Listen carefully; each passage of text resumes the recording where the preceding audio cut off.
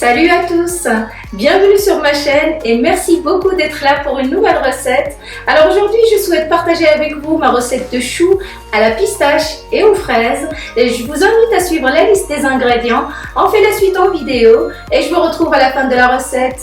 À tout à l'heure.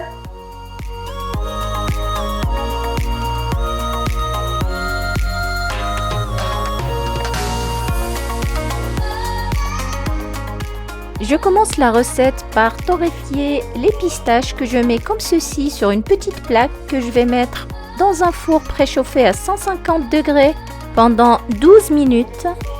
Et dans une casserole que j'ai mis sur un feu doux, je mets le sucre, j'ajoute par-dessus l'eau et je les laisse sur le feu jusqu'à ce que ça forme un petit sirop dans lequel je vais verser les pistaches torréfiées. Et je mélange bien pour que les pistaches soient bien enrobées de ce sucre.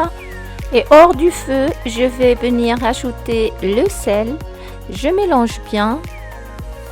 Ensuite, je verse ce mélange dans mon mixeur.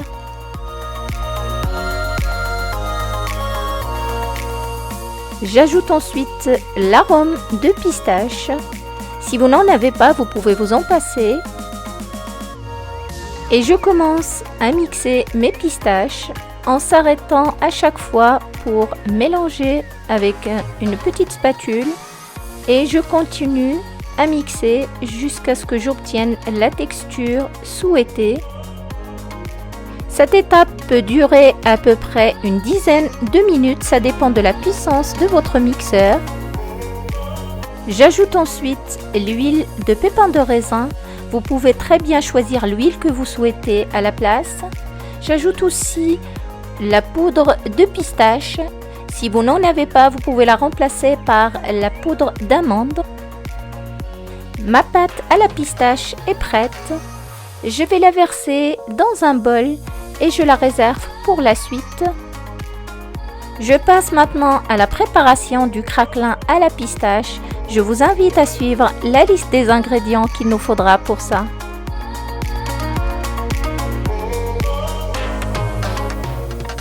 Dans un bol, je vais mettre le beurre qui est à température ambiante. J'ajoute par-dessus la pâte de pistache.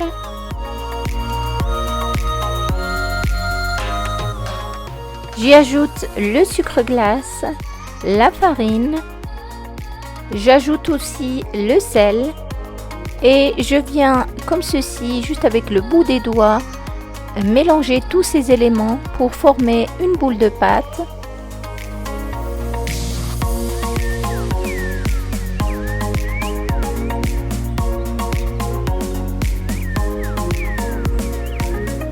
Je vais mettre ensuite cette boule de pâte entre deux feuilles de papier sulfurisé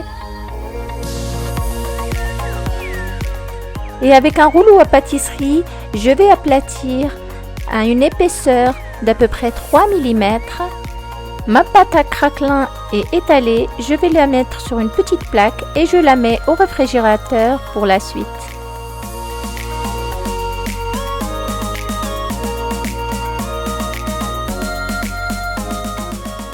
Pour la pâte à choux, je vais mettre dans une casserole le beurre. J'y ajoute l'eau. On peut très bien utiliser du lait à la place. J'y ajoute la cassonade et le sel. Et je mets la casserole sur un feu doux. Je mélange bien le tout à l'aide d'une petite spatule. Et dès frémissements, je vais rajouter la farine à l'aide d'un tamis. La farine, on l'ajoute en une seule fois.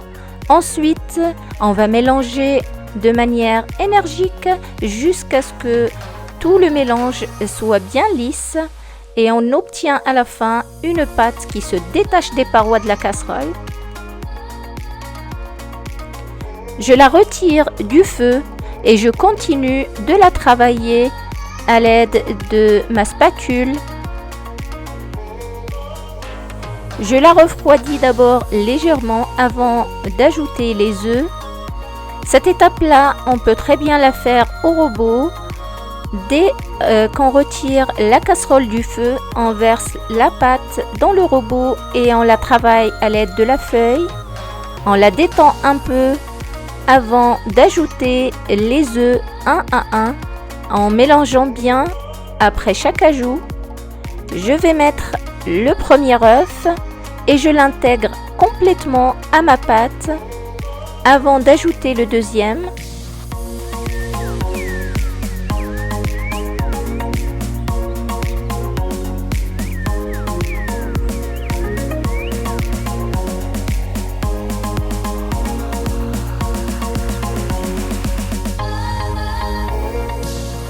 Je vais terminer la préparation de ma pâte à choux en ajoutant l'arôme de pistache, mais cette étape est totalement facultative, vous pouvez la sauter si vous le souhaitez.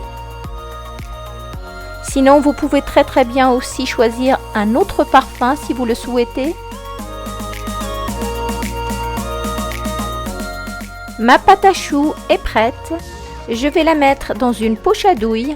Personnellement, j'ai utilisé une douille de 15, je vais vous montrer la douille, c'est celle-ci, mais vous pouvez très bien aussi utiliser simplement la poche sans la douille.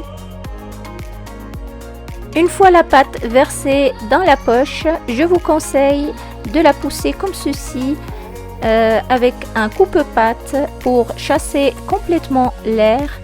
Je vais ensuite sortir la pâte à craquelin du réfrigérateur et je vais la détailler à l'aide d'un petit emporte-pièce comme ceci.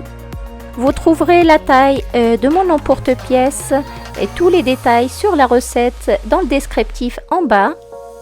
Et avec le même emporte-pièce que je vais tremper dans la farine, je viens mettre comme ceci les empreintes pour positionner mes choux. De cette manière-là, je vais avoir à peu près la même taille de choux et aussi faire l'espace nécessaire entre chaque chou pour qu'il ne se colle pas à la cuisson. Si vous avez un tapis de couleur claire, je vous conseille de faire à la place de la farine du cacao en poudre par exemple. Je vais mettre mes choux au centre des empreintes que j'ai tracées sans arriver jusqu'au bord, simplement parce que j'aimerais que le craquelin enrobe complètement mes choux. Si vous souhaitez faire des choux plus petits ou plus grands que ça, vous pouvez choisir la taille que vous souhaitez. Personnellement, avec ces ingrédients-là, j'ai eu 21 choux.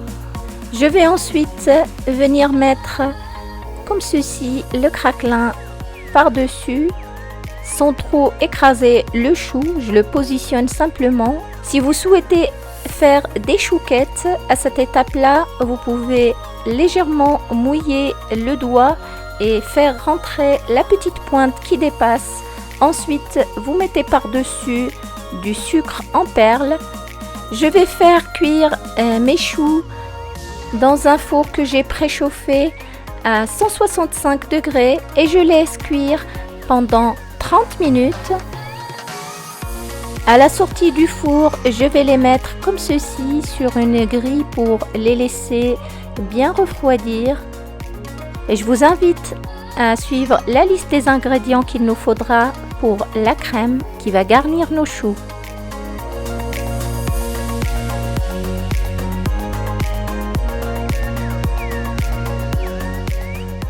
Dans une petite casserole que je vais mettre sur un feu moyen, je vais verser le lait. J'ajoute par-dessus les 25 g de sucre semoule. Je mélange un peu pour faire dissoudre le sucre dans le lait. Je vais simplement tiédir le lait, ensuite je le retire du feu et hors du feu, je viens le parfumer avec l'arôme de pistache. Je couvre ensuite la casserole et je réserve. Et dans un grand bol, je vais mettre les jaunes d'œufs. J'ajoute par-dessus une pincée de sel. Et à l'aide d'un tamis, je vais rajouter le sucre glace et la fécule de maïs.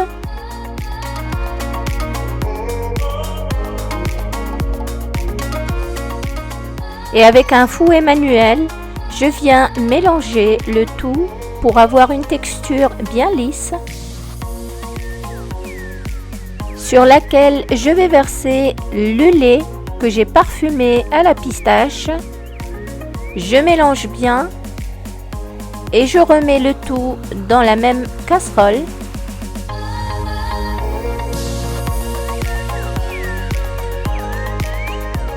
Je mets ensuite ma casserole sur un feu très doux et à l'aide du fouet manuel, je vais continuer à mélanger jusqu'à ce que ma crème s'épaississe.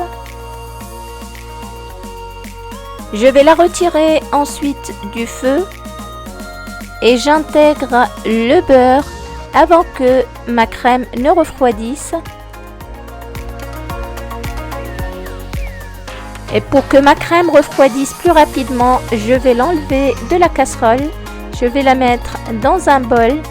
Ensuite, je vais la filmer au contact et je la mets pour 2 heures au réfrigérateur. Je vais ensuite dans un grand bol mettre le beurre qui est à température ambiante. Et à l'aide de mon fouet électrique, je vais le battre jusqu'à ce que le beurre blanchisse et devienne crémeux. Cette étape peut prendre jusqu'à 2 minutes. J'ajoute ensuite la pâte de pistache qui est à température ambiante aussi et je fouette jusqu'à ce que les 2 éléments se mélangent bien.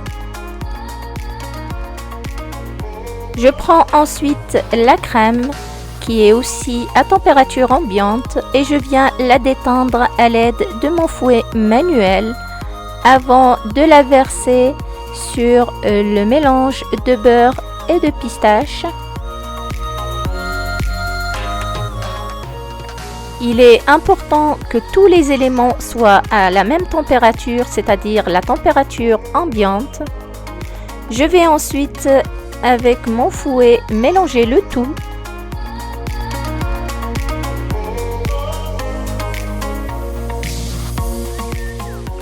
Ma crème à la pistache est prête. Je vais la filmer ensuite au contact. Je la mets au réfrigérateur pour minimum 1 heure avant de la mettre dans une poche à douille. Je vous montre la douille que j'ai utilisée. C'est une douille cannelée. Et je passe au garnissage de mes choux. Pour ceci, je vais prendre un couteau à dents et je viens comme ceci enlever le petit chapeau sur le dessus de mes choux. Je vais ensuite garnir de crème à la pistache comme ceci en formant une petite rosace. Et avec une cuillère parisienne, je creuse un petit peu le centre. Et je mets dedans une petite cuillère de compote à la fraise. Je vais vous mettre dans le descriptif en bas de la vidéo les ingrédients qu'il faudra pour cette compote et la recette vous la trouverez dans ma dernière vidéo de tartelettes aux fruits rouges. Je vais vous mettre aussi le lien pour accéder directement à cette vidéo. Ensuite, je vais couvrir de crème à la pistache et je mets par-dessus quelques pépites de fraises séchées. Je mets aussi quelques pistaches comme ceci.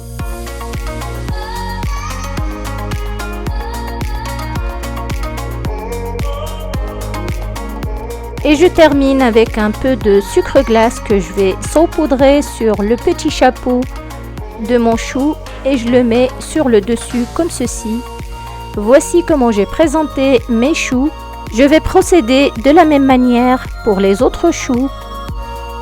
Je ne vous conseille en revanche de les garnir au dernier moment.